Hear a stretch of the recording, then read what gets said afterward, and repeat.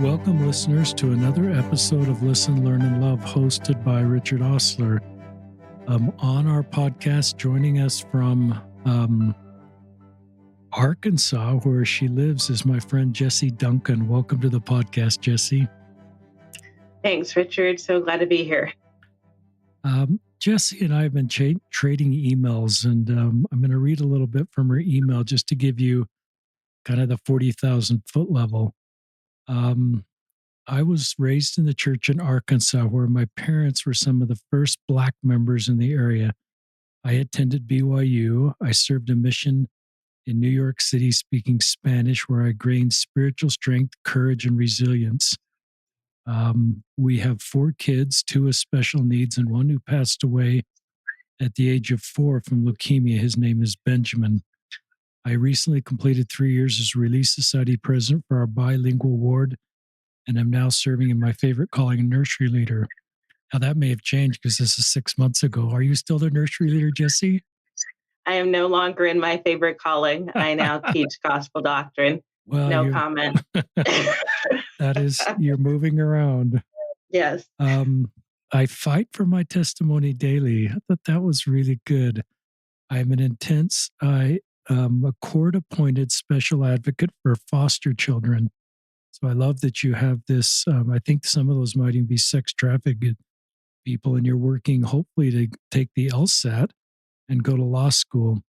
Jessi's husband, who's gay, was on episode 486, Braden Duncan. We kind of talked about Jessi in that podcast for those of you that listened, and your husband, Braden, had lots of good things to say about you. And we think I said in that podcast, Jessi was going to be on the podcast at a future date, and that's now happening. So listeners, I think this will be, I hope to learn things from Jessi about how to support Black Latter-day Saints, how to support people who have lost a child, how to support people in a mixed orientation marriage, how to support people that may not fit the mold with some of the things that are important to you, and help us create Zion. And so we said a prayer before we started, and this is a remarkable, courageous, faithful woman who probably moves us a little bit, I think, and is willing to be honest and challenge us as we grow and become a more Zion-like people. And so I like to feel uncomfortable a little bit sometimes because it helps me realize the changes I need to make in my own life, and maybe some racism and sexism that I haven't fully identified, that I need to hear stories to help me do better. So is that okay for an introduction, Jessi? Yes, thanks, Richard. If you want to feel uncomfortable, you came to the right place. Good. There's not very many people who would say that I'm an easy person. But first, I just wanted to thank you for the work that you do here with people's stories. When I think for a lot of bereaved families, especially ones that lose children, one of the steps of grief that they talk about in recovery, not that you recover from grief, but is finding a cause. A lot of bereaved parents find a cause.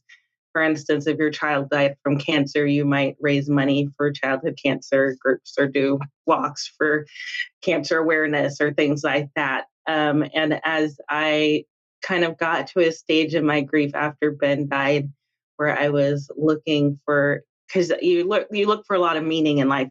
I was trying to figure out what my cause should be, I guess. And as I thought of our son, he just deeply connected with people. He was only 4, but he was a very astute 4-year-old. And so I thought my cause is humanity. Like if something hurts you deeply, then it hurts me deeply. And we have tried as a family to participate in things, including how I'm working as a court-appointed advocate for foster kids. Like, we try to see a need and for it to become our need. And I feel like that's kind of, from what I've seen and heard from what you do, kind of the way that you minister as well. Because It's not about like what I'm interested in or what impacted me so much as there's something impacting everybody. And if we can see that and feel it, then we really can get closer to Zion than we can if we just try to lift our own issue. And so I appreciate what you do. I just wanted to start with that. You're very kind, Jessi. And you said a phrase, a sentence I wrote down: my cause is humanity. That's really cool. It seems like that's Jesus's cause too. So that's really Well, cool. I really feel like the humanness and the struggle and the like. I remember as a missionary, you're what I was 21, completely like just, I didn't know. I mean, I was born and raised in a very functional two-parent household, lived in the same city, same house for most of my life. And I was connecting with these people. I served in New York Spanish speaking. And I was working with a lot of recent immigrants, many of whom did not have papers and or their legal situation was very precarious, and many of whom had left. I worked with a lady who had left her kids at home with her husband and had not been back to see them for 15 years, and just sent money to them because of how precarious her situation was. And so I'm just completely naive trying to like I'm teaching about life and I know nothing about life, right? And one of the saving things for me and for everybody, obviously, was the atonement because, and I've experienced this also as a mom. My kids have had a sibling die, and I have not experienced that, and so I can't speak to that. But if I can connect with Christ through his atonement, he can make it real to me. And I can minister in ways that matter to people who have situations that I can't comprehend, but only because he can comprehend it. And therefore, I can use his atonement to help me minister. Um, but that's the only way. And I don't always do that well, perfectly or well. A lot of times I try to do it myself. And I think I probably will continue bumping into that same wall and relearning that same lesson just over and over again. Hopefully, I'll get faster at learning it at least. But I love that. Keep sharing your story, Jessi. um, so I want to start out just talking a little bit about my childhood and family heritage, just because that's an important part of who I am and the ways that I experience and process things. Um, I did want to, um, sorry, sorry. I have a lot of notes and I'm like, do I really want to start there? Yeah, okay, we're going to Good. start there. Okay. um, so I've been struggling a lot. Like Richard said, he and I have been emailing back and forth for several months now, just trying to coordinate. And um, this podcast, people come on and share their story. And I have struggled even with the concept of a story. Like, how do you share your story? What is your story? And also, my mom has a master's degree and teaches English. So a story has a beginning, a middle, and an end, has a climax, a resolution, a hero, a villain. um, Occasionally, it has a plot twist, but it's supposed to feel good. At least at the end, maybe not in the middle, but at least at the end. And I personally have wanted to burn books that I read all the way through, and the end was not comforting. Um, so I'm kind of hesitant to share my story because I'm in the middle of it, and it does not have a tidy ending with the bow on top like we often, I think, in Western society, in Christian culture, and then on top of that, in LDS culture. would like for our stories to prove our point, or to show that we were right, or to show that God blesses people who keep his commandments and that they get whatever they want or whatever. And my story definitely is not that story. That's not how my life has gone. Um, so, so it's hard to share a story that is that for me I feel like is not really even a story, and that is still ongoing, and where sometimes um, I feel like because of some of the unfortunate things in my life, I have not been in control of my story as much as I would have liked to have been. And that's not how stories are supposed to go. So That that was caveat, this is this is a story in the works. And but I was, as Richard said, I know he said Arkansas. I'm not sure if he said where, but my name's Jessi Duncan. I was born and raised in Little Rock, Arkansas. So I am Southern through and through. Fry all the things for me. That's what I like. And I um, have an older brother, Harold, who is very enterprising and friendly. Like he's very social and just super fun. He is 10 months older than me. And so we were in the same grade all growing up. And for 2 months every year, we're the same age. So, like this year, what it's September, we're the same age right now. In August, I turned 40, and in October, he'll turn 41. So, when I was little, I kept waiting for the day that I would get to be older, like because we would be the same age and then he'd get older, and then we'd be the same age and then he'd get older. And so no one broke it to me.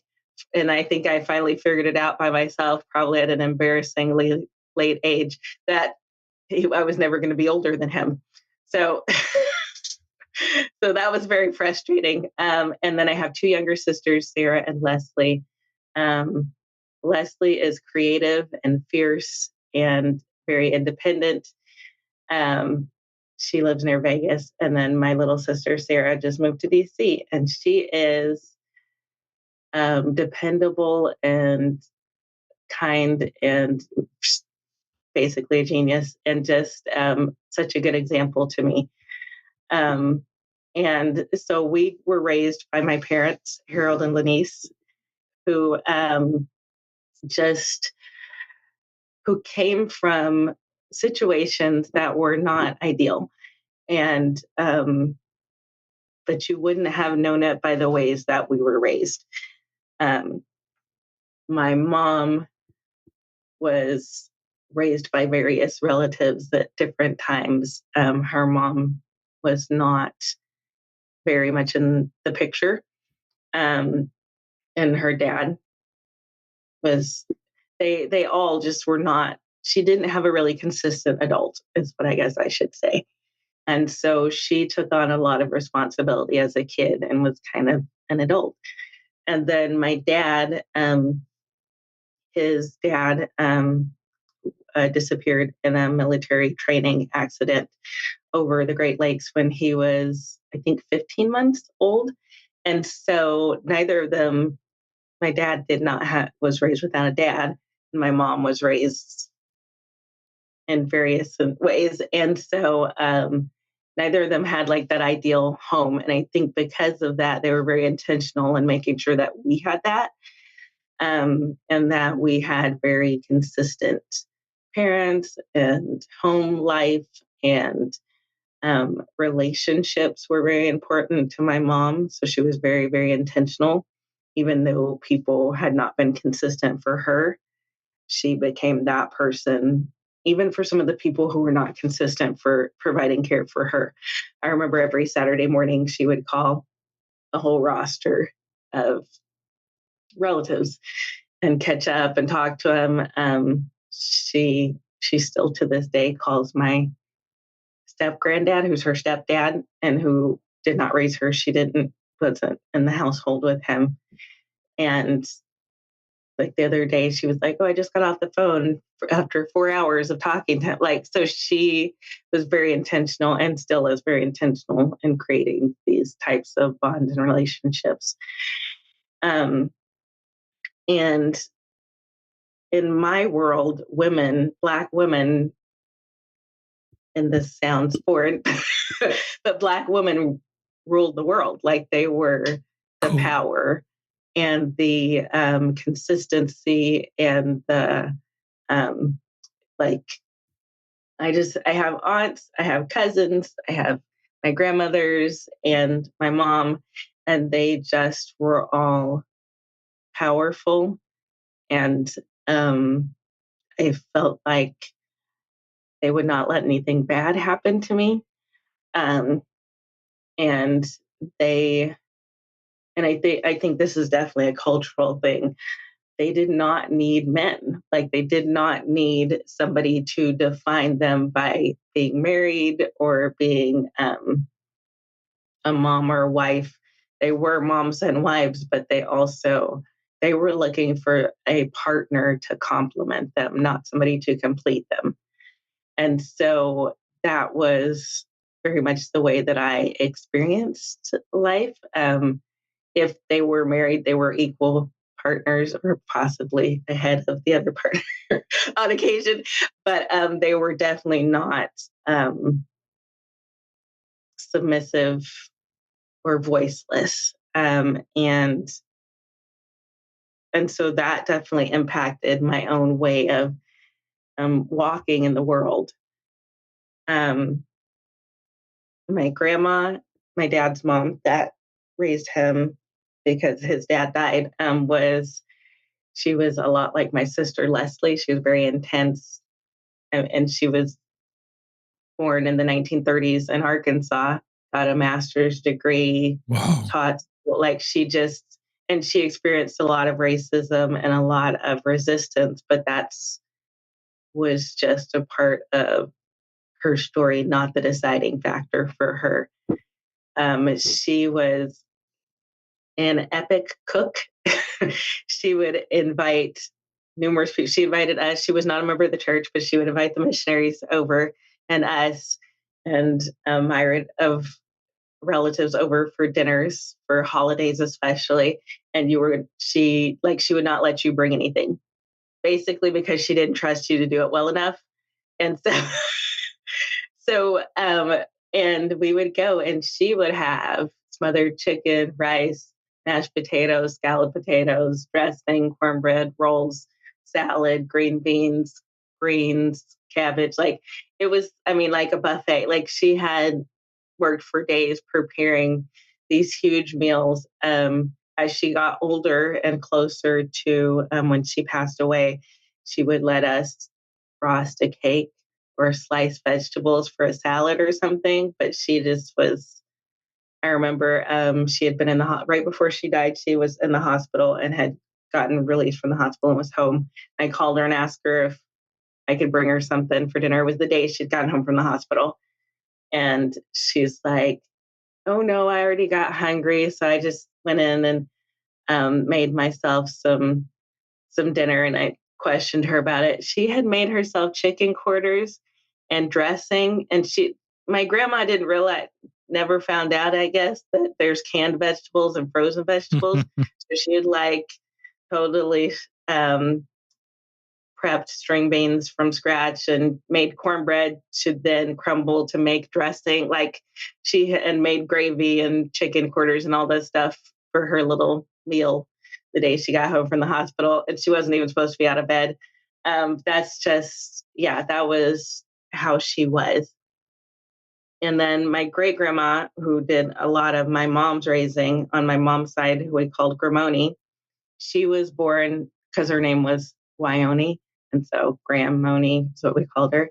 She was born in 1910 in rural Arkansas. And just, I mean, she saw two world wars.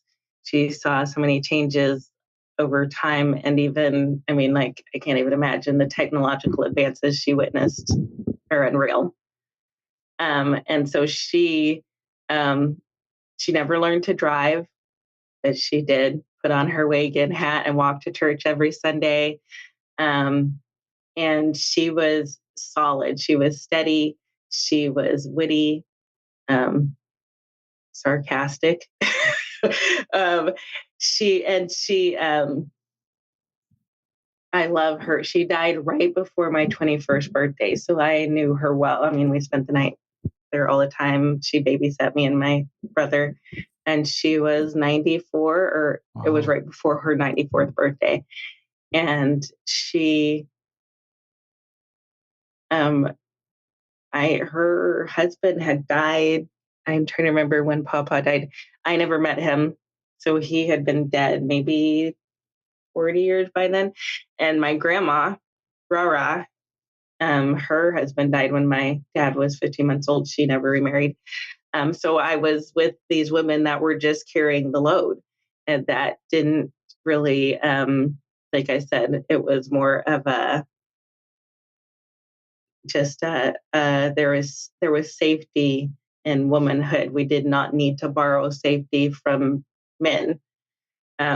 We could create it for ourselves. And so um, one thing that has been really cool is recently in the last like year or two doing family history, we were able to find out my great grandma knew her grandma that was enslaved Wow. and who died when she was 10. And she, but we didn't know anything past her. And recently, my mom and I were looking at records and found a last will and testament of their owner, of the slave owner that owned them, and he was willing her and her mom and her sister and the man that she eventually married to his nephew if he died. And so, in that crazy, hard to read, scrawly script was this like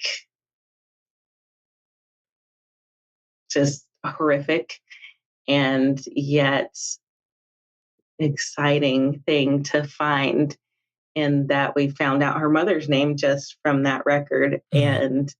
Um and that was I mean, that's the heritage of Black America, Yeah. is not knowing where you come from.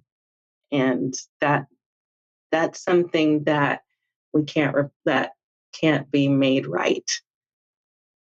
And I think that we struggle as a country and as a church Yeah. to say that there are things that cannot be made right. Um, but a lot of times people who are hurting don't need us to fix it. They just need us to say that's not fair or that's not right. And that acknowledgement can be enough a lot of times.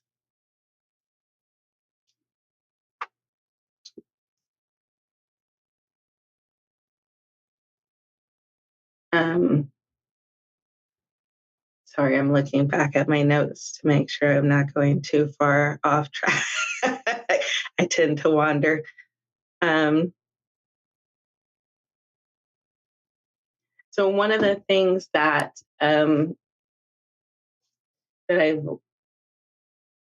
I've learned in my experience as a Black American and as a Black member of the church is that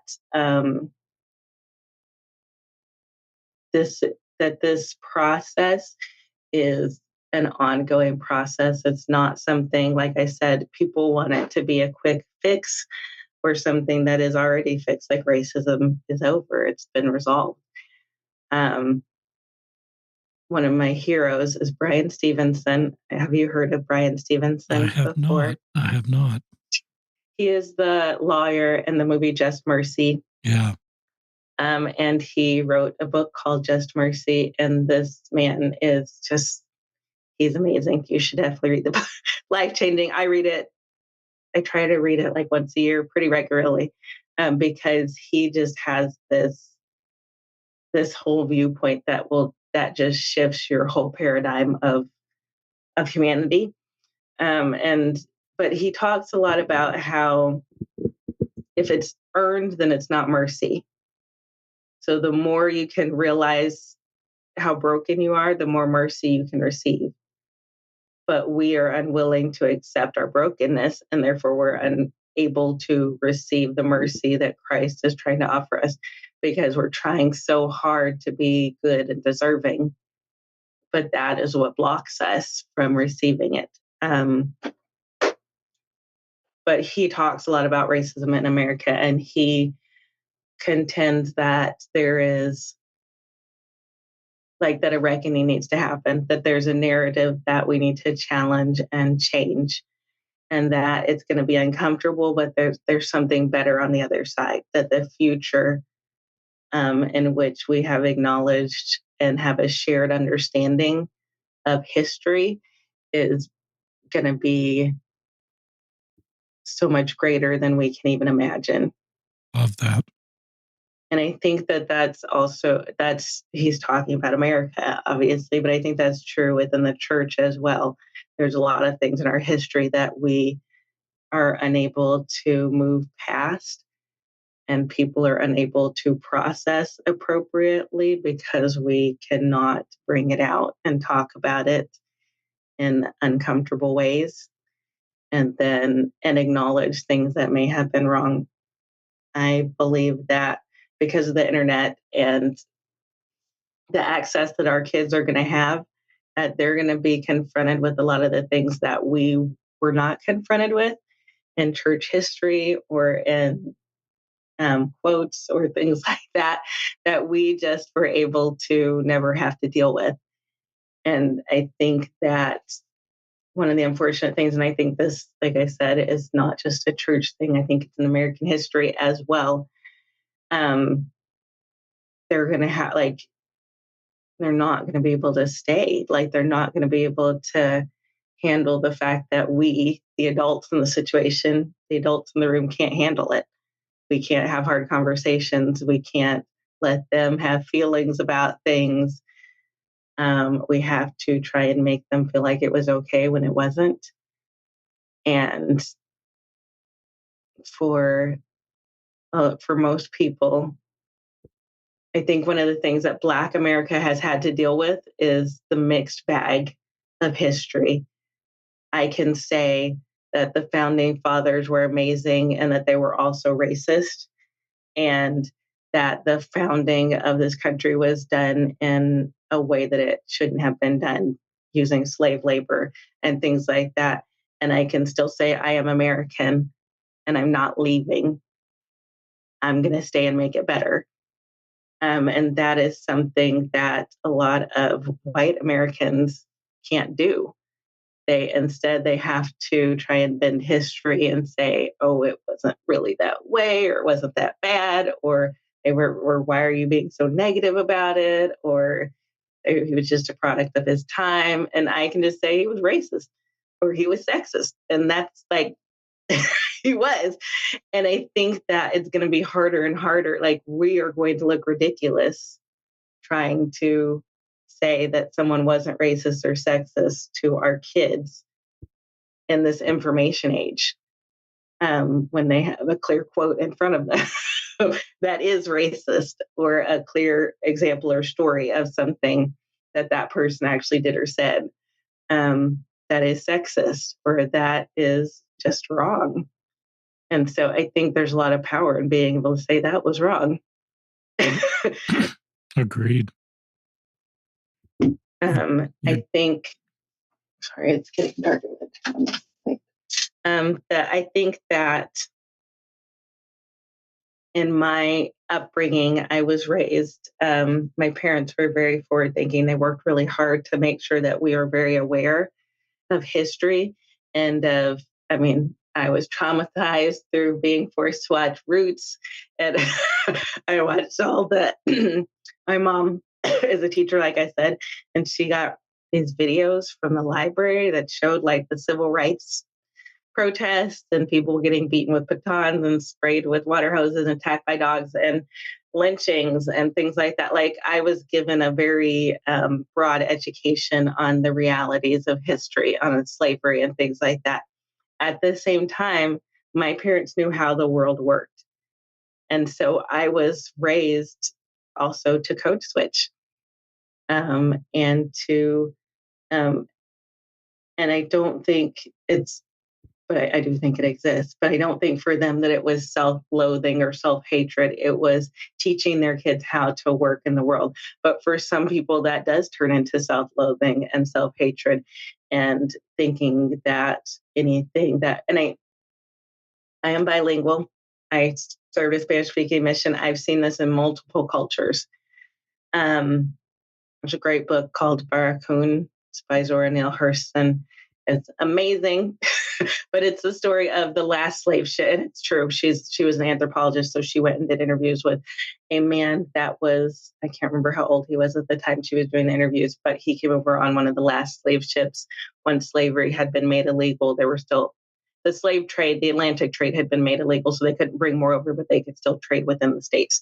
But anyway, she went and interviewed this man who came over, and he talks about the betrayal of the African tribe that betrayed his tribe and helped them get sold into slavery. And then his experience crossing the ocean and coming here. And some of the most racist people or the most difficult or cruel people that he met were next generation slaves. They were people who had not actually been through what he had been through, whose parents or grandparents had been through what he had been through. And I see this with Hispanic immigrants too.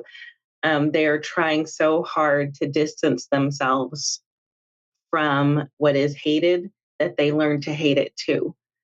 Um, you'll see it with homosexuals and LGBT people of every ilk too.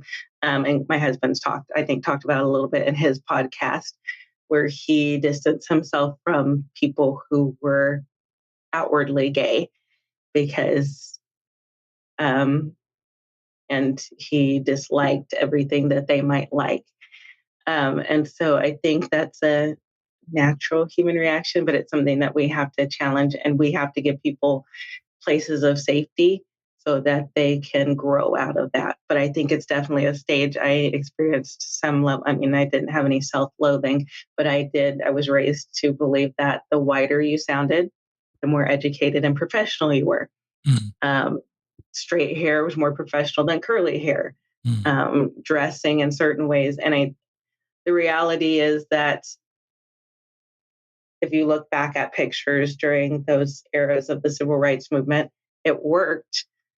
Martin Luther King had civil rights activists dress in suits and Sunday clothes because that made them look respectable, and it worked. I mean, it was a survival thing. So I don't blame my parents for it because it was a survival thing. It still is a survival thing.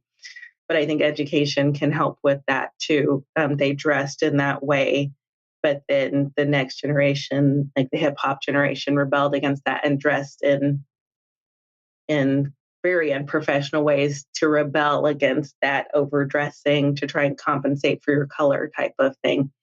And so we have to look at the bigger picture, the whole arc of history. And I mean, that's what a story is. It's more than just a snapshot, right? Um, but I saw a quote recently that said, I learned how to be safe. Now I'm learning how to be free.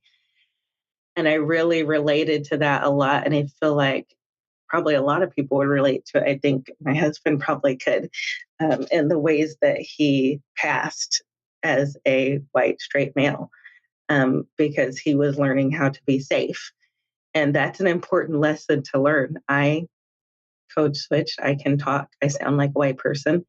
Um, and that got me to where I am now. I mean, to talking to you, Richard. I don't know how many Black people you have interviewed who speak Ebonics. Most of the people that you've had on here are code switchers like me. I know Colvey. I've talked to James Jones before. We have learned, and it pays, and that's unfortunate. And that's why I want to say that I am here because of a privilege that I didn't earn. I didn't choose to have parents that speak the way that they do and knew how to have the success that they have had. Not that they're rich and wealthy, but like they're educated and functional, and even for people who are not ethnically disadvantage for people who are disadvantaged because of dysfunctional family or other things like that. Um, you can't fake it. Like, it's just like, and I got lucky. I don't even want to call it a blessing because that means that God likes me better than somebody who did not get as good of a family.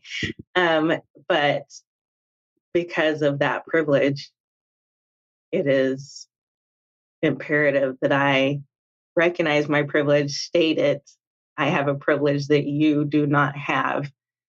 And for that reason, I will not be silent ever because you deserve to be heard and you deserve to be valued. And your story is sacred and nobody's hearing it just because of where you were born and who you were born to and the life experiences that you had. Um, I tell my kids, life is not fair. It never is. Like, there's zero chance it's going to be fair. And so it's our job to make sure that it's unfair in good ways for as many people as we can, because it's just not going to be fair. It's unfair in bad ways and it's unfair in good ways. We got to go to Make a Wish, go to Disney World with my son, Ben. And so I'll say, was it fair that we got to go to Disney World and other people didn't get to go? And they're like, no. And I'm like, yeah, that's the good kind of unfair. Was it fair that Ben got cancer? No, that's the bad kind of unfair. And that's just how life is. But we raised money and helped another family be able to go on a trip to Disney World. And in those ways, we can try to swing the pendulum towards good unfairness. And that's why one of the reasons I wanted to do this podcast is because I do have privilege, and I can't take it off and set it down. And but I can move in ways that disrespect it and disrespect the people that don't have it. And I don't want to move in those ways if I can help it. Um, and real fast, I'm going to move on to my next section, but real fast, I did want to say one of the reasons I wanted to do this also is for spouses of people who are gay. This is a hard, hard thing, and it hurts and it's heavy, and it's hard not to be bitter about it. And I wanted you as a spouse to be heard and to be seen, um, because this isn't your spouse's story. This is your story. And I feel like even in church settings, sacrament meeting, day conference, things like that, their story is more welcome than ours a lot of times, because their story starts, especially for people who are active and living in ways that are accepted by the church. Um, they are Their story starts with a confused little boy or girl who is alone and struggling, and and that is a story that people can hear easier than someone like me whose story starts um, with sexual rejection, with intimacy issues. Our stories as the spouses start with sex, and that's not even a word we can say. So how can we talk about our story? Um, it starts with a lot of very personal and intimate things, sexual things that we aren't like that we can't even come to the table and talk about. So for that reason, I want to um, just open the door to that for spouses. I realize that in so many settings, including in conferences and things that are especially for spouses, that you're not heard, that you're not understood, that you're not allowed. But um, it's important to me that both sides of that story be told. I don't think that the gay spouse is intentional. Like, I don't think they're like trying to get the glory or centering themselves or anything like that or leaving out a part. It just is that their story starts, especially if they've lived a righteous life or gone the path that they're supposed to go. Then it's just a very different start and middle and end. And for the rest of us, it is difficult the whole way through, but it's in ways that society, especially church society, has decided we shouldn't talk about. So, Wow, um, that was very insightful. And no, I mean, you're sharing lots of things no one shared before, and it's really helpful, Jessi. But the story of the straight spouse, but the story of the gay spouse is never thought of it that way, and that's very helpful. And I'm sure straight spouses listening in a mixed orientation marriage appreciate you talking about that. I think that people are more interested in the gay spouse story just because it differs from their story. And a lot of the straight spouses I've talked to, no one ever even asks them or talks to them. Like, their husband will come out to somebody in the ward or a family member or something like that. Nobody ever says anything to me when my husband has come out to them. And I realize it's a very uncomfortable topic for people to bring up. I was talking to a spouse, one that you've met before, who said that somebody asked her how she was doing, and she just burst into tears. And it's been decades for her. And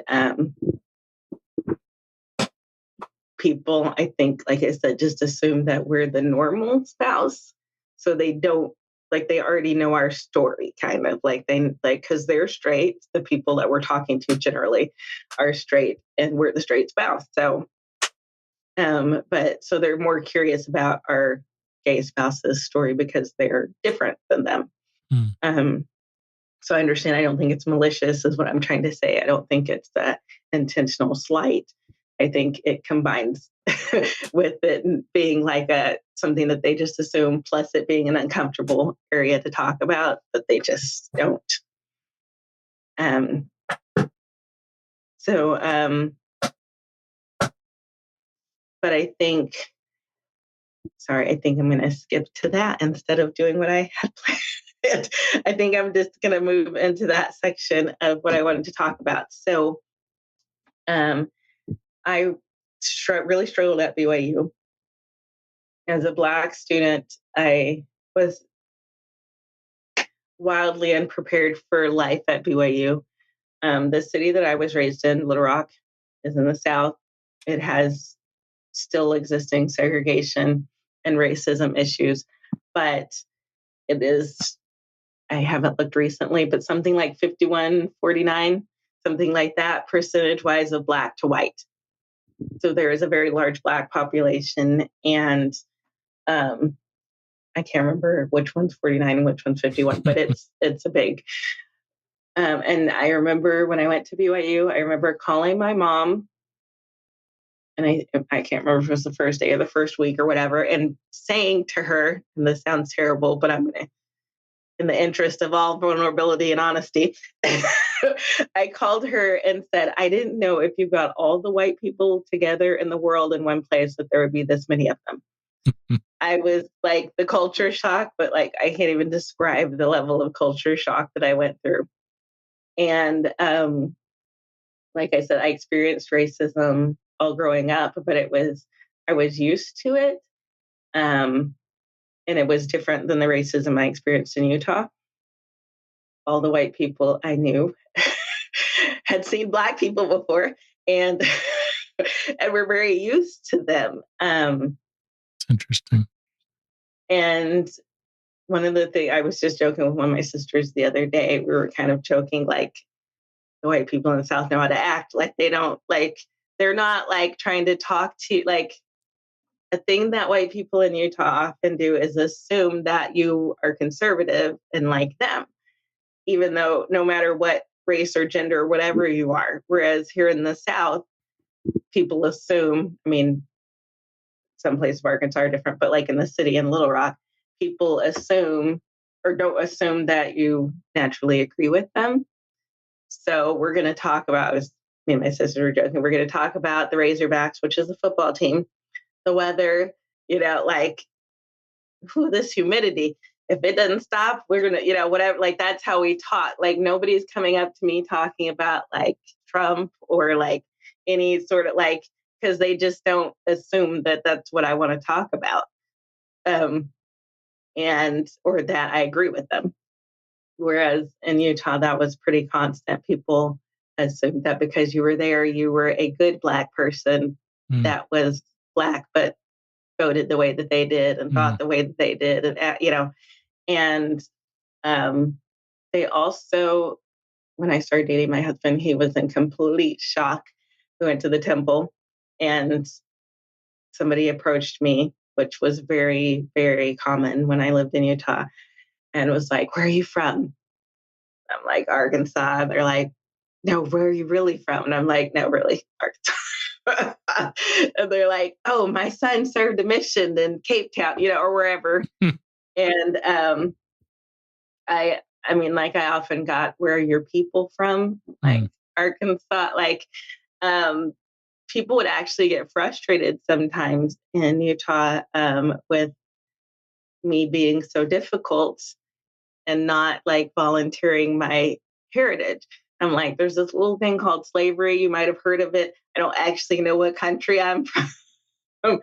um, but that was, I also often got approached. This was weird. People would come up to me and say, "Did you know you're going to be white in heaven?" um, And so I learned to respond in comedic ways to deal with it. That's how a lot of us, we would get together and joke about it at BYU. Um, but it was hurtful. And I mean, like I learned to respond, "Oh no, Jesus is Black," like, or things like just to really confuse them. But it was hard. And I moved away and don't want to move back. I do have friends, Tamu, Colvey, and they are such good examples to me. I love seeing them. The Bonner family is amazing. Um, but I just carry too much already, so I can't carry more. um, and but when I lived in Utah for BYU, my husband and I met at BYU, and I had dated a lot before I met him, and based on based on my research of basically dating a lot, guys were interested in sex. And so I did not have any questions as to whether or not Braden was. I just felt like he was very mature and kind of, um, controlled himself he talked to me a lot about my ideas and things like that. And that was different than a lot of the guys that I had dated. And so, and sorry, I'm explaining things because I know my cousins are going to listen or other people who are not members of the church, some of my friends. And so in the LDS culture, we believe in abstinence before marriage. That's kind of one of the tenets of the ways that we do sexuality. Not that we do sexuality well, but I'm just we don't do sexuality, but and there's a lot of shame and issues around sexuality within abstinence only churches. But so it was not, I'm just saying that to say to my cousins and other people who may be listening who are not members, it was not like, why doesn't he want to have, like, it wasn't like a shocker, like he should want to, and he's not. It was more like because that was, I mean, there was, I think, um, in, just because of the way the LDS culture is, that's just like you don't expect someone to want to have sex with you before marriage, especially not at somebody who goes to church, who's an active member, things like that very frequently. And what I'm trying to say is it wasn't like a telltale sign. It wasn't like, oh, obviously you should have known he was gay because he didn't want to have sex with you. It was just normal. Um, and I somehow was raised, and this is a fluke. I have no idea how this happened because my parents, I don't think they were intentional about this, but so I was raised with very little shame um, about sex. And so I was looking forward to it, was not ashamed or didn't feel like I shouldn't enjoy or want to have sex. I did plan on not having it till we were married, but it wasn't like a taboo or something that even then was going to be shameful. And which, like I said, I have no idea how that happened because I actually asked my parents before this podcast, how did you learn about sex? Like, who told you? Because I knew that both of their upbringings had been somewhat untraditional. My mom, this is great, said that she was about 10 and on the playground, and some kids had some questions about sex. So I can't remember if she like stole a pass or how she got a pass to the library and went and got a book about sexual reproduction and learned all about it. Or no, got the encyclopedia, I think, and learned all about it. And then the next recess taught all the kids what she had learned. So, so that was her birds and the bees talk. She actually gave it at age 10 to children on the playground. Um, and um, and then my dad, who still is like horrified if you say anything about like kissing or handle, like he's a prude. But so I was like, how did you learn about sex? Like, who taught you? And he said he saw a bad word written on the wall in the bathroom when he was in fourth grade and asked his mom about it. And she explained about it. And so I think he had that conversation. And then she, I think when he was a teenager, I think she gave him an encyclopedia or something to learn about sexual reproduction. So that was it. So like I said, I have no idea why I was sexually confident and okay about it as a young adult at BYU. Weird. Possibly because my parents were affectionate and okay with being affectionate in front of us. I have no idea. And they did try. My mom did have a sex talk with each of us and all these things. She was trying to provide what was not provided for her, but she didn't have an example or anything. And so she just did the best that she could. But I never like would have asked her about things or things, of that nature. I'm hoping that I'm trying to create a different culture in our family with our kids and talking about puberty and sex, but it's an uphill one because it's a culture. It's not just LDS culture and Western culture that is very much taboo. Um, but so sorry, I was talking about. Oh, yeah. So getting married. I was After we got married, I was definitely confused about my husband's lack of interest in sex. We did have sex, but he just like he wasn't like he would do it, but it wasn't like he wanted or like he was thinking about it ever. And it became very cyclical in nature. We would have time where I was frustrated and like, what's going on? Why are you not attracted to me? Whatever, whatever. And then he would try really hard to be interested and attracted. And so that would result in um, intense periods of sexual intimacy. And then, but it would peter out. Like he couldn't sustain it. And so then it would go back to a long period of no intimacy.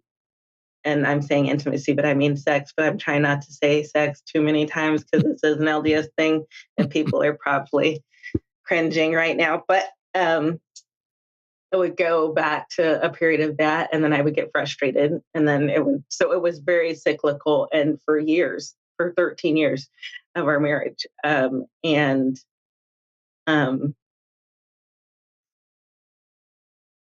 I've since he came out into the April 13th, 2020. A lot of couples call it D-Day for like this closure. Mm. But I listened to a podcast once where she called it DO Day, which is she was saying it's dragged it out of him day because he did not come to her and say, "Hey, I'm gay." It was like she forced him to. And ours is more of a DO Day. I dragged it out of him. Um, but I did not suspect, like, because I knew gay people and they didn't marry straight people, like they married somebody that they were oriented to. So the fact that he was married meant that he wasn't gay to me. And, but this is, this is a tricky topic because within the LDS community, there are mixed orientation couples and there are, for lack of a better word, hierarchies of like where you're at. And if you're married and righteous, then you maybe will be judged in a different way than if you're divorced or if there's a lot of judgment even within these circles, which is unfortunate because we should be supporting each other instead of labeling each other. But so I'm saying that because because I'm quoting from somebody who is kind of somewhat shunned in the LDS mixed orientation community. But she was one of the first people, and I'm not going to say who it is, but she was one of the first people that I listened to. I think I actually read something that she wrote. I was like, oh, this person has had the same experience as me. But she knew before she got married that her husband was gay, and I did not. But she went through similar stages of um, try like, and I carry a lot of shame and embarrassment. This is probably one of the few things that I feel a lot of shame and embarrassment about. But like, of I went through stages of like trying so hard, just like um um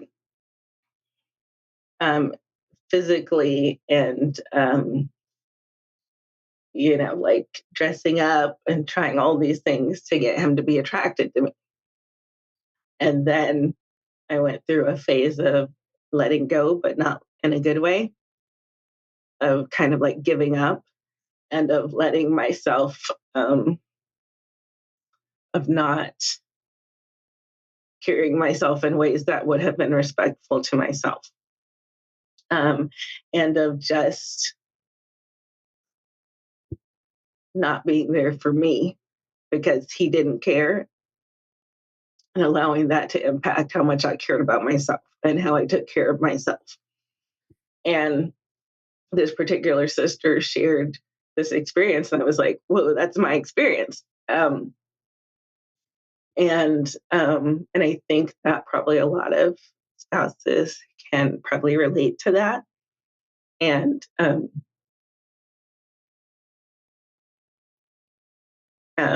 when I talked to my priesthood leaders after Braden came out, I talked to my bishop, who I love, and who was I was the really study president at the time. And we had been working together for 2 years at that point, for a while. And so we had a good relationship. And but I do want to say we had a good relationship because he chose to hear me and he chose to keep the conversation going. Cool. There were things that he said that were not helpful, but I was able to talk to him later about it and be like, "Hey, that wasn't helpful. Please don't say that to anybody else." Um, and I did tell him. I said, and I think this is true in all relationships, not just with leaders, but even as parents. The conversation has to be ongoing. or we cannot connect in the ways that we need to minister. It cannot be a one and done conversation. It has to be, because I'm learning and growing and changing.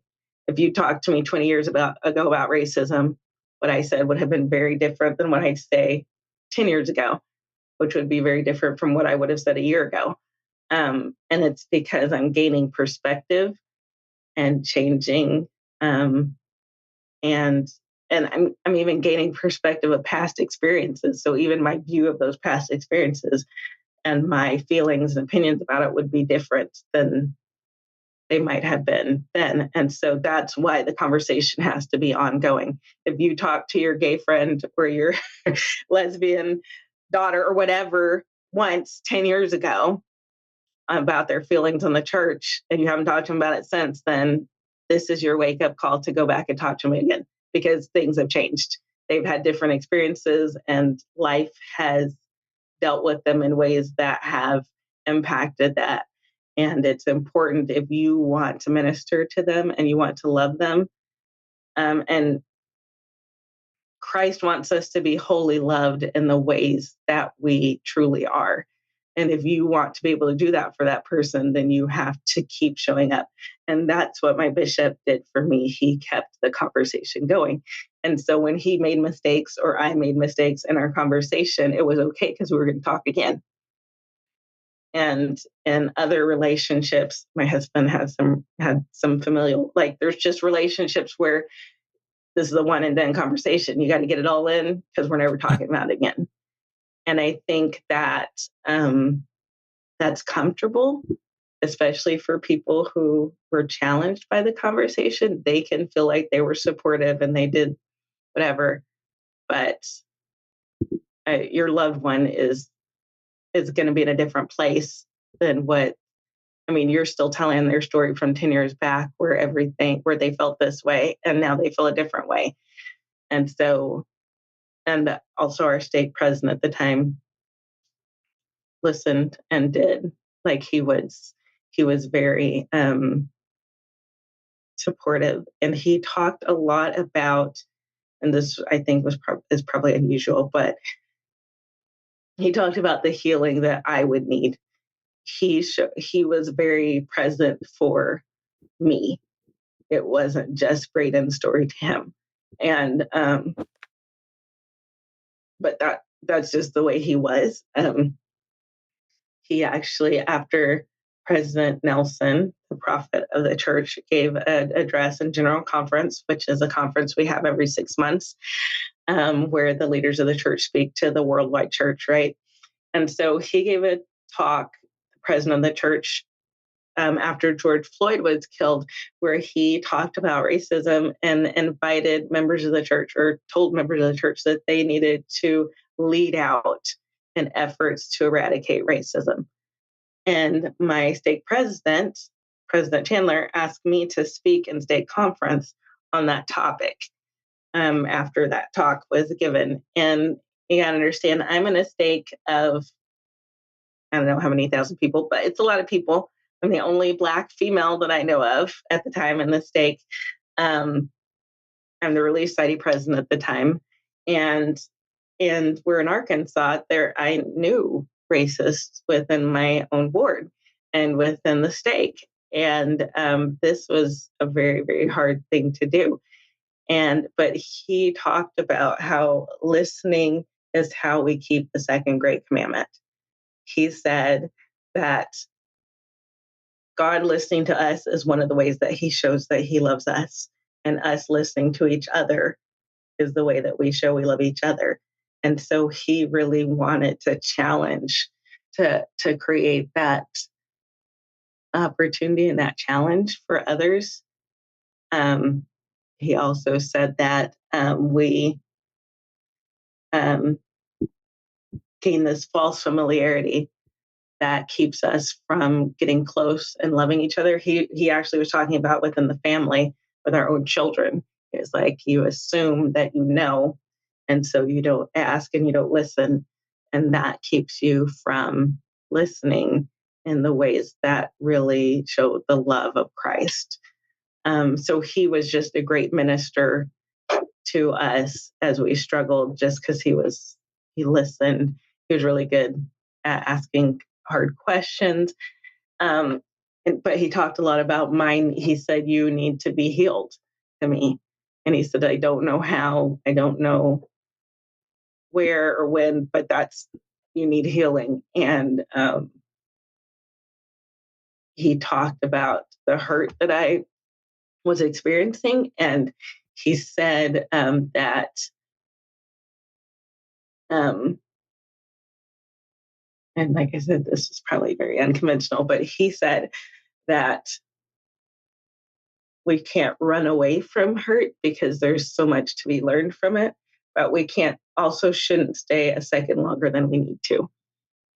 And that hurt. And so if I needed to do something different with my life and my marriage, that was okay, because like like we needed to try, but it wasn't like a off the table, like divorce was not an off the table thing.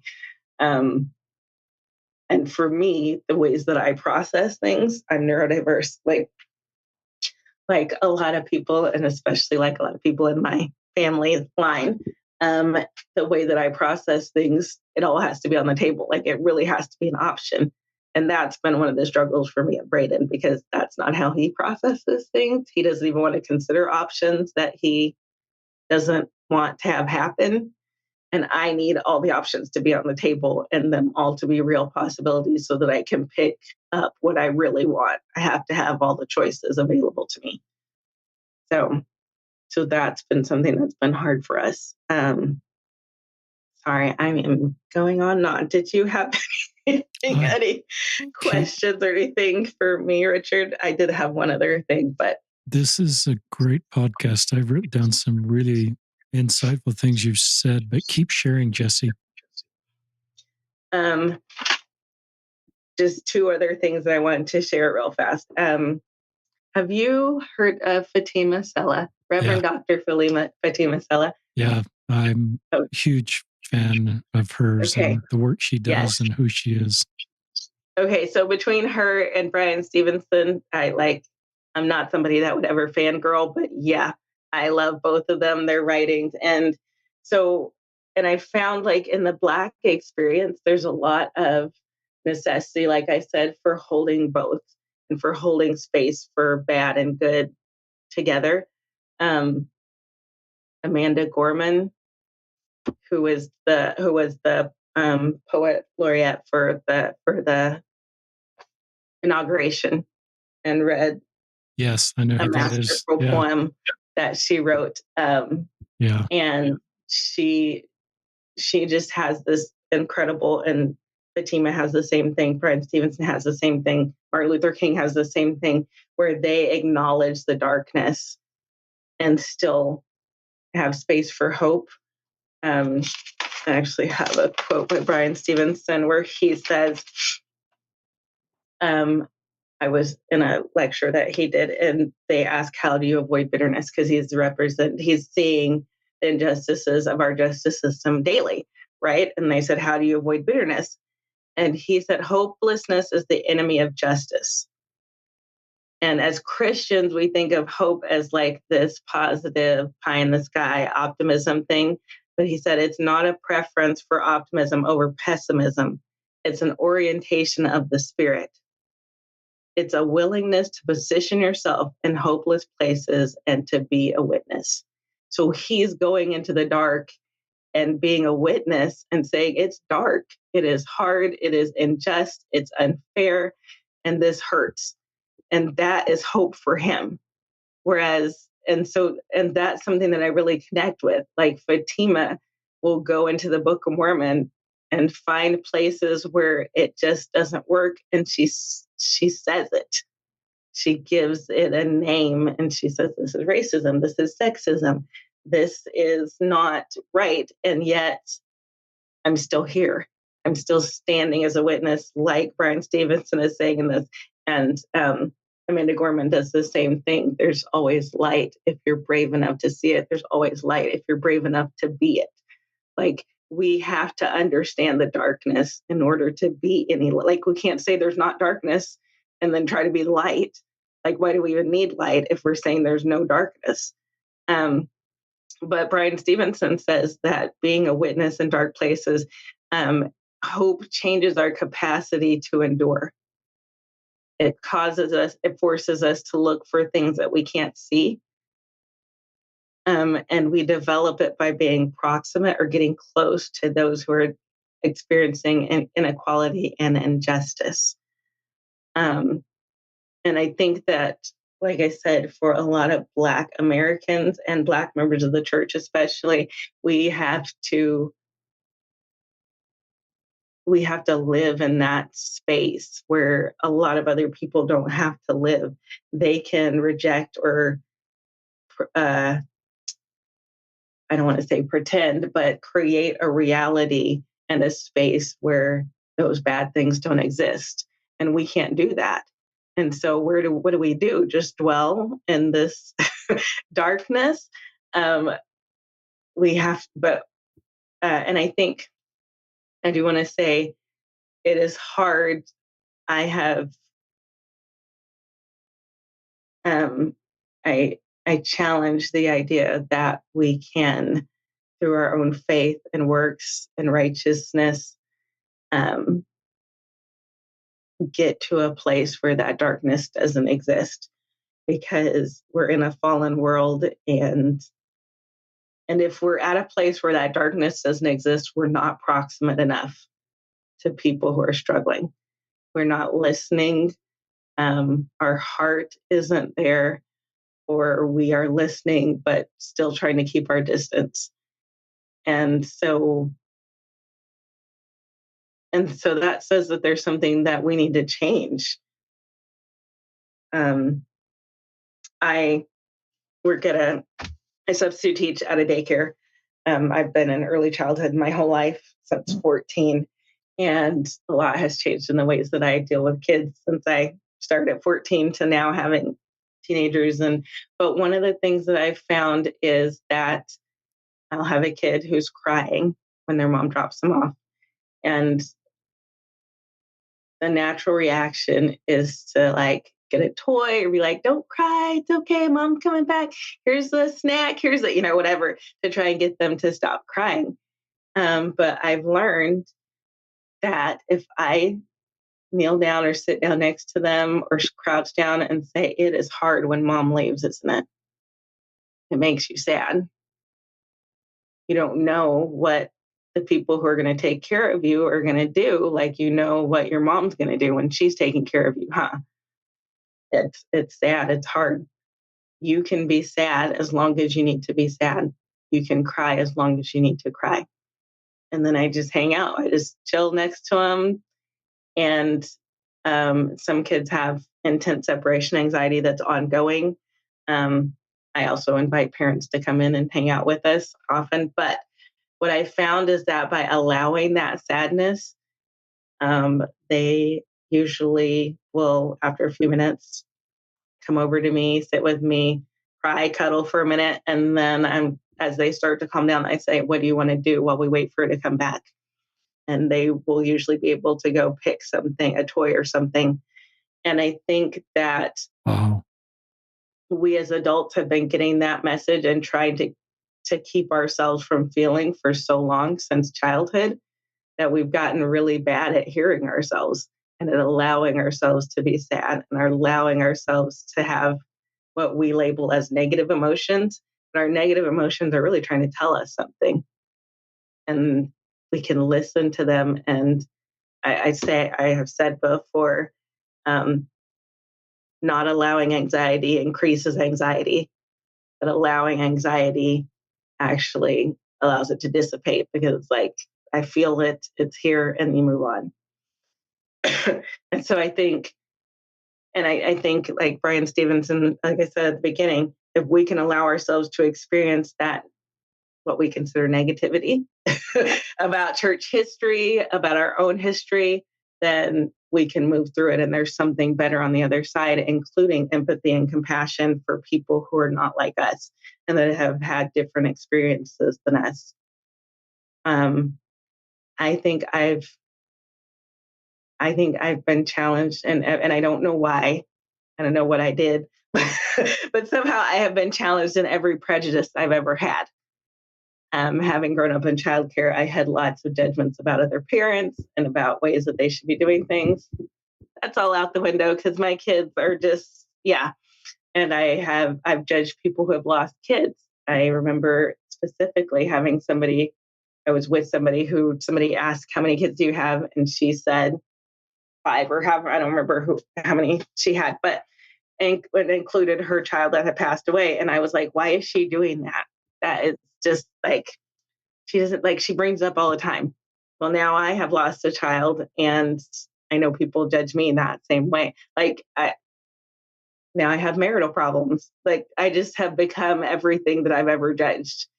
And, um, and I think Heavenly Father could have left me alone on the first one, right? I'm like, Heavenly Father, you could have just challenged me one time. But like, it is encouragement to drop all of those presumptions as fast as I can so he doesn't feel like he needs to challenge me. I'm like, what else do I have a problem with? Because he's probably going to throw something at me in that way. But yeah, I think that, but I'm sorry, I'm just going to say for your listeners, Dr. Reverend Fatima Sella has a book called The Book of Mormon for the Least of These. She has two, volume one and volume two, and it's the Book of Mormon from a social justice narrative, and it's amazing, and it's challenging. It's hard. I heard her get interviewed on Beyond the Block, and Derek Knox, who's awesome, said, and he was a recent convert, Jewish biblical scholar, and LGBT, and joined as an adult as an out LGBT person. I'm like, what the heck, Derek? But how did this like add together for you? But I remember him saying, I don't need other people to think that I belong because God told me I do. And that was very cool for me. But he was talking about Fatima's book, and he said, as members, we have stopped, like, the Book of Mormon is no longer transformative for us. It's like a proof that Joseph Smith was a prophet or proof that we're doing the right thing. Like it shows that our version of prayer is right or whatever. Like, but it's not challenging or transformative or hard. And that's bad. Scripture should challenge us to change. It should be difficult. It should be like make you uncomfortable in your seat. And that really resonated with me. The Book of Mormon is a warning, and it's not a warning about not being white enough. It's not a warning about they had a meme or a thing once that they posted that was like, I don't know who needs to hear this, but nobody in the Book of Mormon was white. I was like, yes, you're right.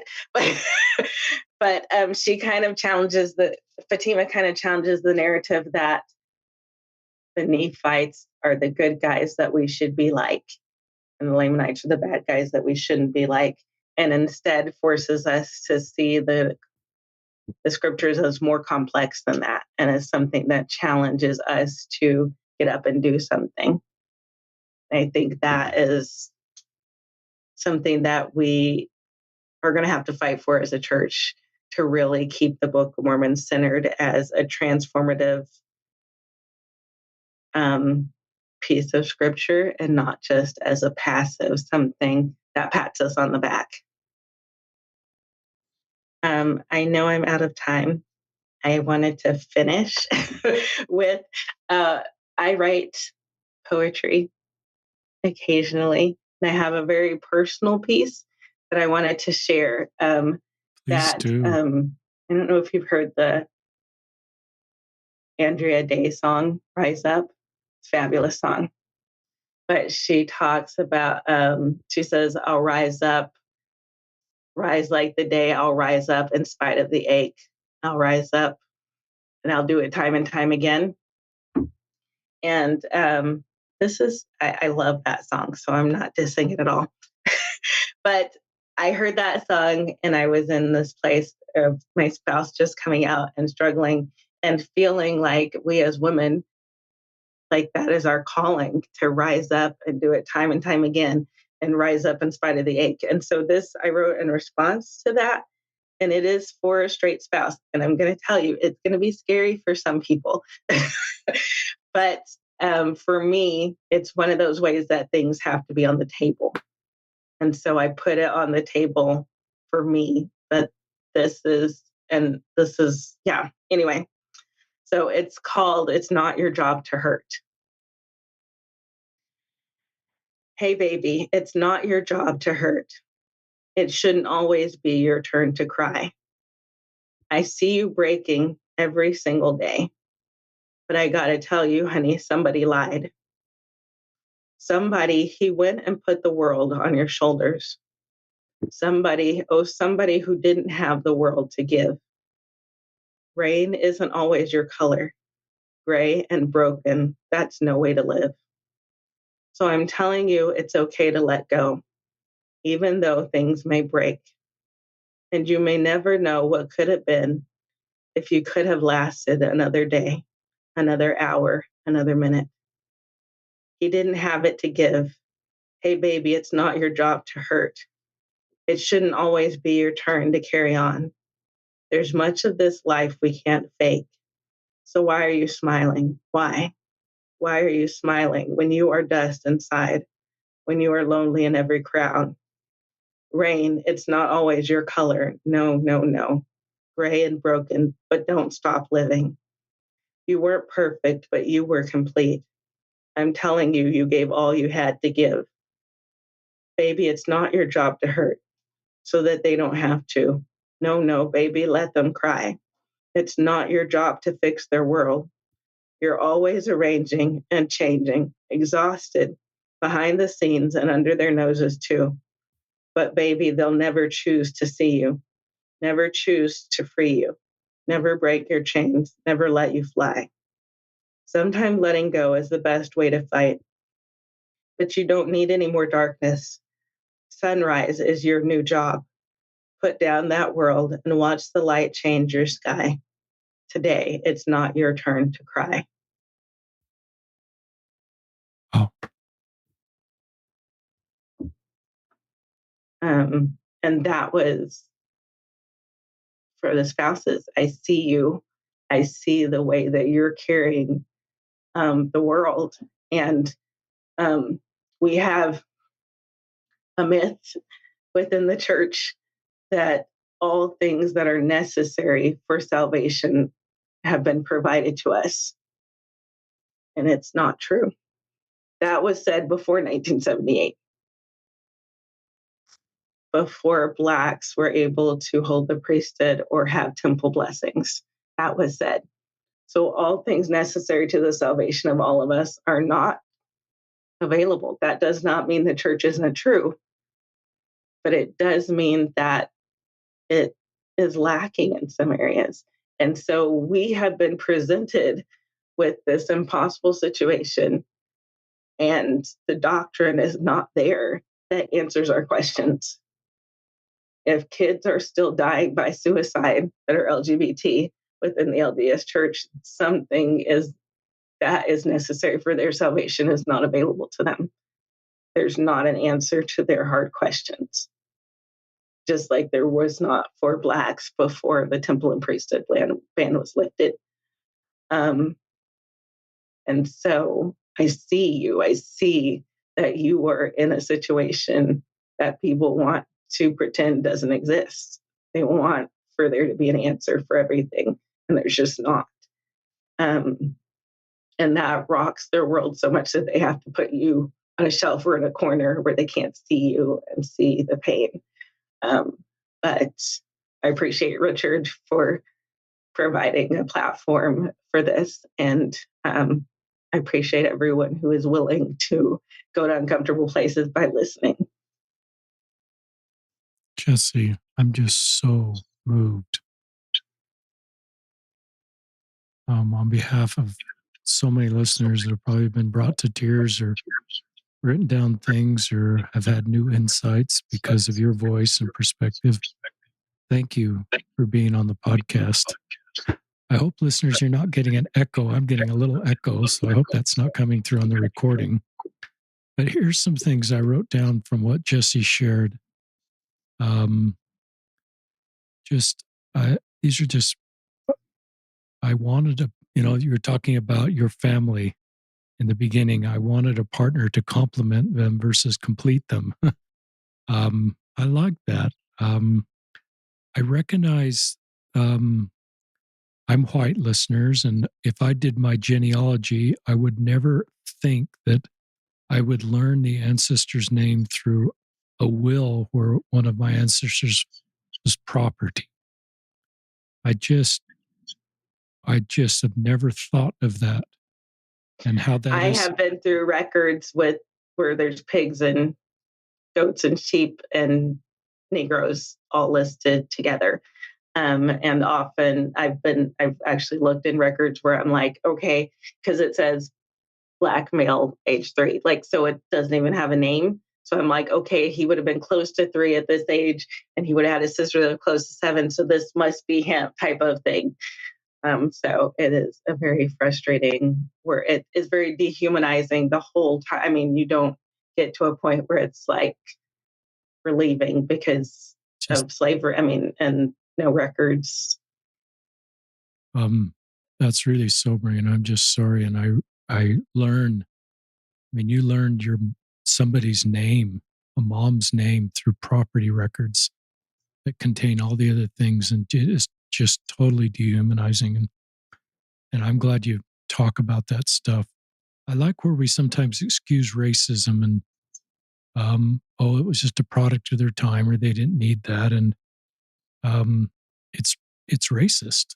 There's no excuse for it. And I'm guilty of being a racist. I probably hold racist views now. I think of the things I might have said to you at BYU would have been very similar to some of the things like, where do your people come from? Um, and I recognize I have to listen to Black people listeners to recognize racism that's still within in me. I'm not at the finish line, and I need to learn to be uncomfortable because it helps me make the changes I need to make to eliminate racism, follow what you remind us to. So I don't think it's good to excuse prior people for their racism. I think it's better to own that and call it what it is accurately, and I think it helps us then do better in our own lives. You I was introduced. going to say, Go ahead. I mean, everybody has some racism in them. One of the problems is that um, we're tuned to find threats, and so if you're walking down an Yeah, alley and you're going to be more scared of a larger person than a small person. You know, like a child, if a child's coming towards you, you're going to be more scared of an adult than a child. You're going to be more scared of a man than a woman. The problem is at the end of that spectrum for everybody, if they're walking down a dark alley and somebody's coming towards them, is a black male. yeah, And that is the problem. That is, like, if I'm going to be more scared of a adult than a child, I'm going to be more scared of a man than a woman, I'm going to be more scared of a black person than a white person, then the furthest thing on that spectrum for most people is a black male. And most people have not been accosted, especially most members of the church, by a black male. So why is that learn. something? Why is that the scariest thing that you can encounter? And that is racism. That is fear, and it's inherent. I mean, I that might be the scariest thing for me in that situation because I have internalized racism because of, and most countries do because of colonization and things like that. There's a lot of internalized racism too. So it's not just a white problem. Interesting. You introduced a really good term that I wasn't familiar with, code switch, and then you gave that a name and then gave some examples of that. You've given the best story of a straight spouse that's ever been on the podcast. We've had couples at times on the podcast together in mixed orientation marriages, and but it's usually probably the non-straight person, the gay person, taking the lead. This was really helpful for the straight spouse and validating the complexity of their road. And I thought you did a great job. And for 13 years, wondering is this me? And understanding this is just understand what's going on here. But there's pain there. And you did a really good job of, your pain is related to sexual intimacy and wondering what's going on here, and that's an uncomfortable conversation to have in our faith community, in our broader community. But it's an easier conversation, like you pointed out, to a gay scared young man, young woman, where can handle that story as a youngster growing up, wondering how this works for them. I learned a lot listening to that segment, and I think that segment's going to help a lot of people. You said you have all these one-liners, Jessi. Um, we should be supportive of each other versus labeling each other. Then I wrote down something you didn't say, but it's just my impression. I thought you are really brave to talk about real stuff in a really thoughtful way. I love your concept of you've got to have an ongoing conversation. And then you give examples, your bishop and your stake president, and just we're having an ongoing conversation. This isn't a one and done. Um, that is really helpful ministering principle. This is a great podcast just to help us minister better to people that we love. Um, then you And said, there's lots of people who avoid us. So like it goes both ways, but they have been I remember saying to our bishop, like he invited us, I can't remember if he invited us over for dinner or just in to talk again. He was very intentional and can't like, it wasn't like we had to go to him to strike up the conversation anymore. And I remember saying to him, the fact that you're doing this for me makes me feel, because we were not out yet, but it was like, it makes me feel like maybe other people would still love us. And I think that's the exact words I used, that maybe if other people knew the truth, they would still love us because he still interacted with us in ways that showed that he loved us. And the fear, of course, for everybody who's not out is that if anybody knew the truth, that they wouldn't love you. And so he proved that by his actions that that was not true. and I love that this relationship was so strong that you could point out to him things that weren't helpful. And I sense the foundation of the relationship allowed that. And he wanted to learn. It was probably new space for him. And I just love the story of your bishop and your stake president. And they weren't perfect, but they were willing to have an ongoing conversation and initiate that and not just wait for you. One of my guests coined a term, vulnerability hangover, where he came out to his ward in elders quorum, and then he just was worried, oh, I got to go to elders quorum again, and just, what is everybody going to think? And so it comes back to your point, the ongoing conversation where, you know that people will continue to have the conversation about these tougher topics and proactively invite you to dinner, and some of the fears that you have in your mind may be relieved because people that really love you keep the conversation going. And Yeah, then go I ahead. think oftentimes people, and this is probably more the case than it is not the case. It's like when I gave my talk on racism in state conference, people were like, I can't believe people don't like you. Like, who would be, if I love you? I love how straightforward and how much you tell the truth and how you just tell it like it is. I'm like, I code switch with you. Like, if you only like Black people who act white, then you don't really like Black people. You know what I'm saying? Like, Yeah. because people feel like they like me, so they're not racist. And I'm like, I'm a Black person who acts white. Like, what about Black people that act your definition of Black? If you don't have any Black friends that speak Ebonics that live, in these areas where it's predominant, where there's a culture that is strong African American culture, then you can't really. And I feel the same way about LGBT. If you only like LGBT people who act straight, who are married, who act the way that you think that LGBT people should be able to act, then you're not really supportive. And even those LGBT people and Black people that you know and are friends with feel that. I can feel that if I acted any Blacker, we would not be, or sometimes I do act Blacker or say things and people are like, oh, can you just get back to being the comfortable Jessi that I like? And I think that's true for LGBT members too. They probably get a lot of people that are like, I love you. Can you please stop talking about the issues so that I can keep loving you? That's so thoughtful. And that reminds me of your BYU experience where people just thought, because you're at BYU as a Black Latter-day Saint, you held the same political views as the majority of the people there. And that's the way to be a good, Latter-day Saint. And I think our leaders are trying to help us understand that we can hold a variety of different political views. And and you don't have to code switch, if I'm using that term right, and have conservative political views to fit into the mainstream. We love you with whatever your political views are, and don't have a feeling about what you should or shouldn't believe. Well, And and code switching takes a lot of emotional energy that we have to it's acknowledge, interesting. because code switching is actually speaking in a way that is not your native. It's like speaking a different language. I use a different cadence, I use a different tone of voice. I speak like a white person when I am trying to be credible. And that is that's just the weight that minorities carry. Women have to speak in a different way to be taken seriously by men. LGBT people, so there's a lot of different people that are code switching, but it's specifically speaking in a way that makes you sound like the power, the power that be, whether that be white or, I mean, I guess it is generally white male, but it's speaking in a way that, and if I don't speak this way often enough, then I lose my power, I lose my voice. White people stop hearing me and stop thinking that what I'm saying is valid. So, but it has a cost. It is emotionally exhausting. Um, yeah, I don't know that firsthand, but I believe you. And you said something, you have this way of taking the gospel, Jessi, and then making it like this is how we do it. Listening is how we keep the second great commandment.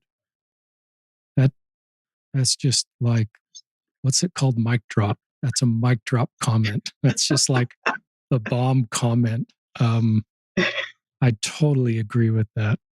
And that's just so powerful. I love, and this is kind of back where your stake president said you need healing. And I thought that was really thoughtful. That we're all, I love that. I don't, and he didn't sort of say, I know how that works. I think it's okay for leaders to say, I recognize you have a need. I don't quite know how to connect the dots to make that active in your life. The atonement can certainly help you, but you may need therapy, you may need time. And he didn't just dismiss the complexity of your pain with a platitude. I love that, the intuition of your stake president. I love Fatima. And I know some of the people you referenced, but I heard a talk from hers maybe 8 years ago as I was becoming an ally about where Jesus was with the marginalized. And I can still hear her voice in my ear, the way she just made it so obvious in her style, but so powerful.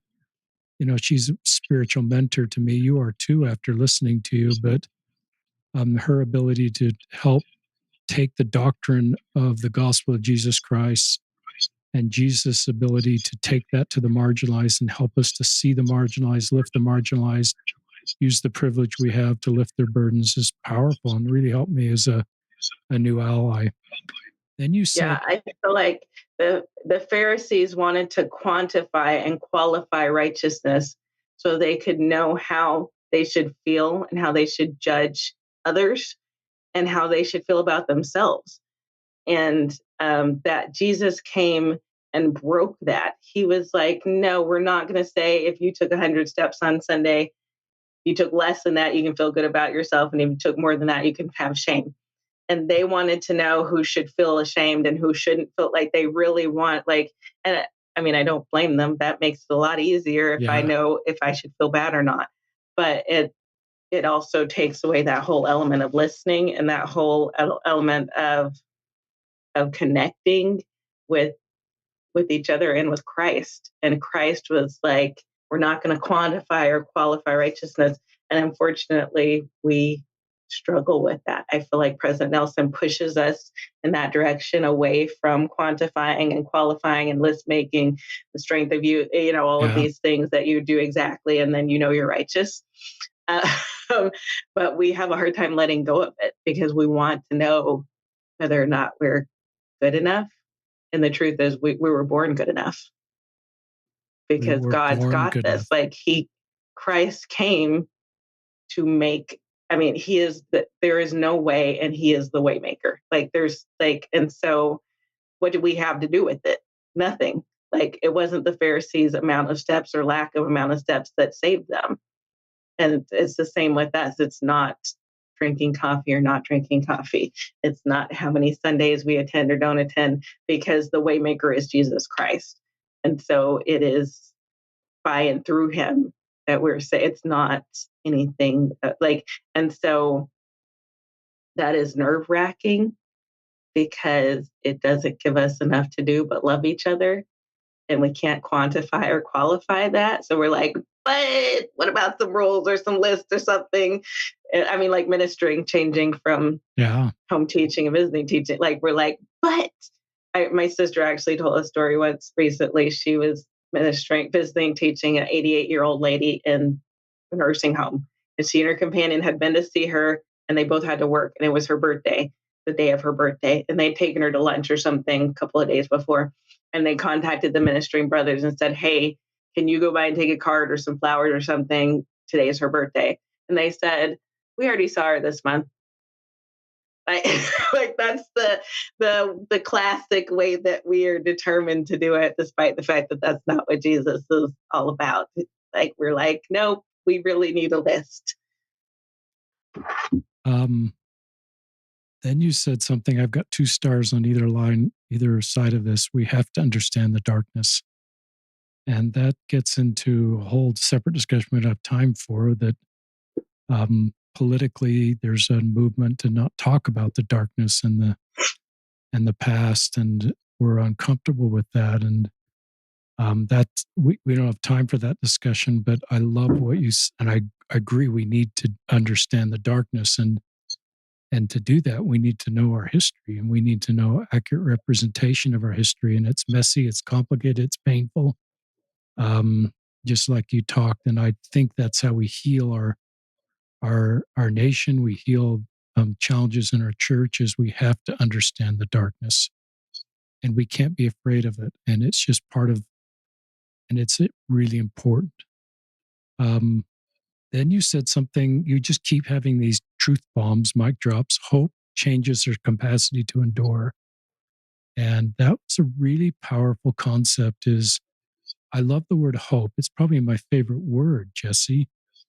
And I love tools to endure the woundedness of life. And I love hope. So I love that. And you told this story of working in preschool with little kids and our natural reaction to give them a treat or solve the problem. But then your long view of this space and just your emotional maturity is let them sit with let them grow in the moment and be there with them. And it's okay to be sad, and it's okay to have emotions. And that's something we need to learn to be a part of us. They're good things. And if we do things to quickly mute them in ourselves and others, it doesn't teach that. And I thought of you with those little kids, just that's what Jesus would do with little kids. So that was, I've got to say, Richard, that is what Jesus did with me.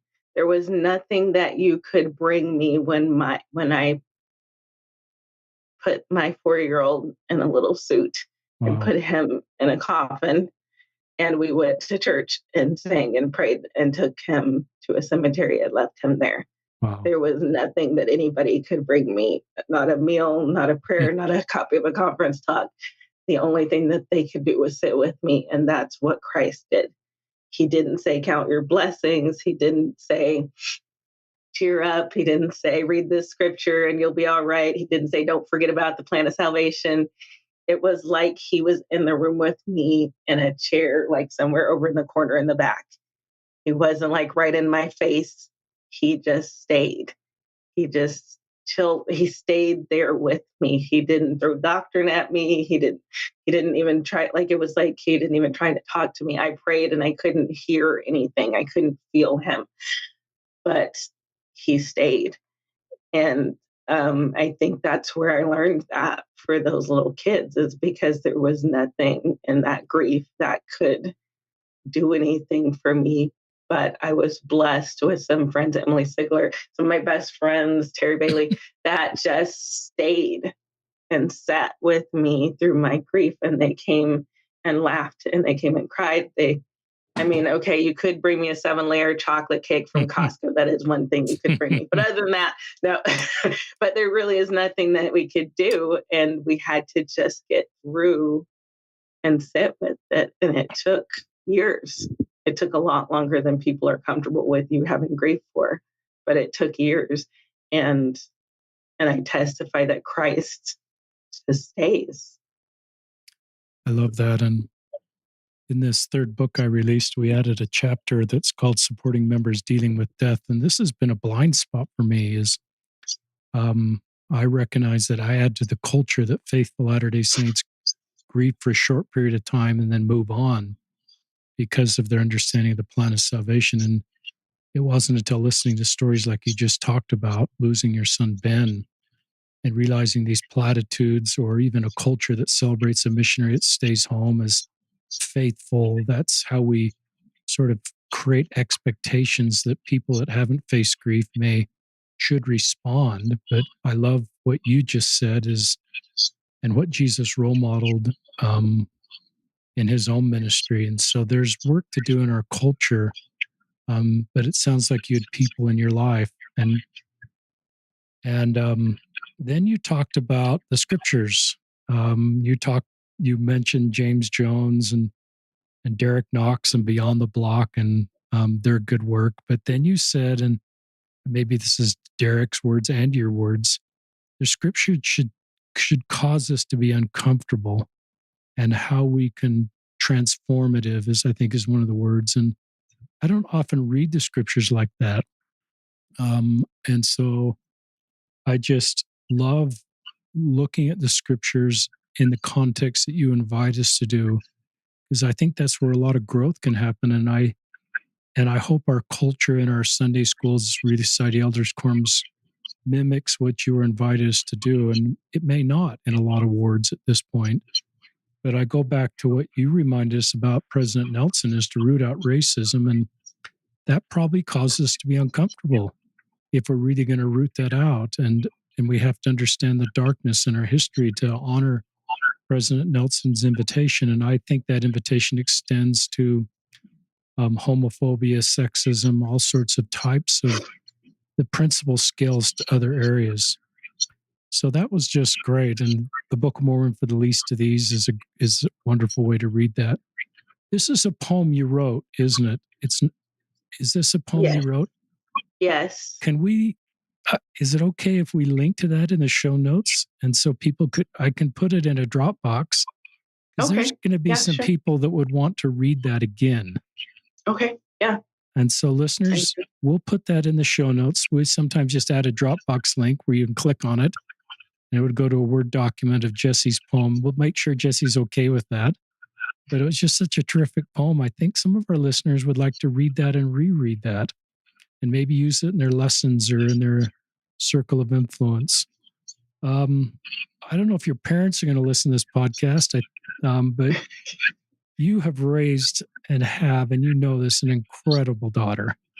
And what you've done in your family to raise Jessi as well as your other kids is remarkable. And to hear her talk and her maturity and her insights and how she's been stretched is a credit to her, but it's also credit to both of you and what you've done and the trailblazing work that you've done to create a family and open doors for Jessi. Braden, if you're listening, you talked about Jessi and this remarkable, incredible, brave, courageous woman, and you're right. And so thank you for talking about Jessi. And I noticed when Braden posted his podcast on his Facebook page, there's more comments than usual on his post, and some of them were about you, Jessi. Oh, I should read it. I actually made the conscious decision, Richard, to not listen to his before I did mine. Well, there you go. That's a good thing. Because I didn't want to be I wanted. That's a smart thing. We are working a lot on differentiating in therapy from each other. And so I wanted my story to not be responding to his story or answering questions about his story. And so we both kind of decided that. And so I'm actually really eager to get off here and listen to his podcast. And he did a good job, and you've done a great job. But in his Facebook posts, there were people that from your ward family that just talked about their love for both of you. And I just sense through those messages how loved you are, Jessi, in your circle and the good you do and how much people love you and Braden. And it's really brave of you both to do this. Listeners, that's the end of my comments is this was, I never know what I'm getting into, listeners. We just start. I don't have I haven't done a background check and know exactly what my guests are going to say. And I'm just sometimes stunned with the courage and insights and maturity and gifts of my guests. And you are one of those, Jessi. You are a thought leader. You are bright. You are courageous. Your voice needs to be heard far and wide in our faith community and beyond. And this podcast will reach 20,000 people, but this podcast helps us create Zion. And your courage to be on the podcast and share your stories very helpful for all of us. So thank you. Do you have anything else you'd like to share before we sign off? Thank you so much, Richard, for giving me this opportunity. Years ago, the place where I was living at the time had a special meeting for all the adults in our church congregation. I think there was some political issue at the time that was in the media and kind of at the social forefront, and that's why the meeting was being held. The leader who was speaking charged into a harsh commentary on LGBT folks. He spoke about Satan's attack on traditional families in no uncertain terms. To this day, I have no idea why I raised my hand to comment. He wasn't seeking comments, and I had no idea at the time that I was married to a gay person. I wasn't an activist or really somebody who stepped out of line ever. I was actually the good little colored girl that all the locals could count on to help them feel good about their own open-mindedness without being uncomfortable or needing to change anything. I can't remember exactly what I said, but I can tell you it was crumbs. I think I said something along the lines of that I felt like he was lumping all the ravening wolves in sheep's clothing together with the lost sheep, and that I didn't believe that every LGBTQ person was a ravening wolf and part of Satan's army. And I believe that the vast majority of them were probably lost sheep who were frustrated by the politicization of their lived experience. The leader was frustrated, the meeting continued, and nothing came of it. Years later, a friend who I had known since her birth reached out to me to thank me for that comment. She had recently come out and was living with her wife in a different city, but thought of that moment and wanted to reach out to me and thank me for unknowingly standing up for her. Guys, she deserved so much more than I gave. Oftentimes, when we've been giving nothing to live on, we are ecstatically grateful for crumbs from the table. Had the righteous people who passed the Good Samaritan tossed him a coin or a crust, he would have been thankful. But that wasn't what the Lord asked them to do, and it's not what he has asked us to do. Listen to the scripture. But a certain Samaritan, as he journeyed, came where he was. And when he saw him, he had compassion on him and went to him and bound up his wounds, pouring in oil and wine, and set him on his own beast and brought him to an inn and took care of him.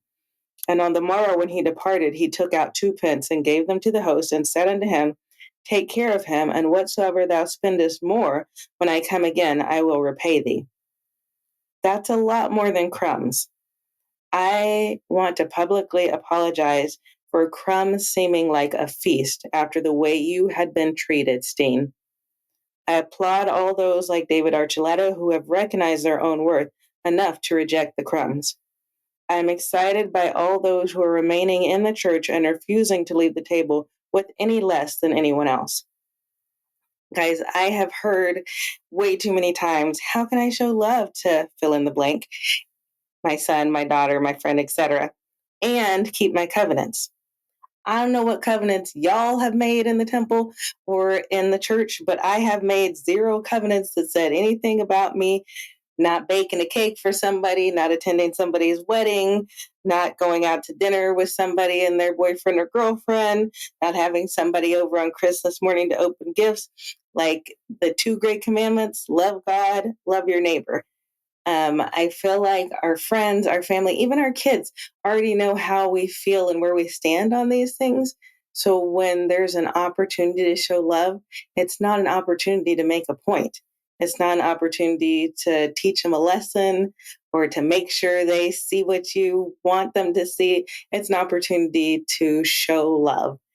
And if we're confused about that, then we need to get back to Jesus and really study his words and his acts, because there's no way that an opportunity to show love like that could be misconstrued as anything but love and anything but discipleship of our Lord and Savior. Once again, thank you so much, Richard. Thank you guys for listening. I really appreciate this opportunity to share my story.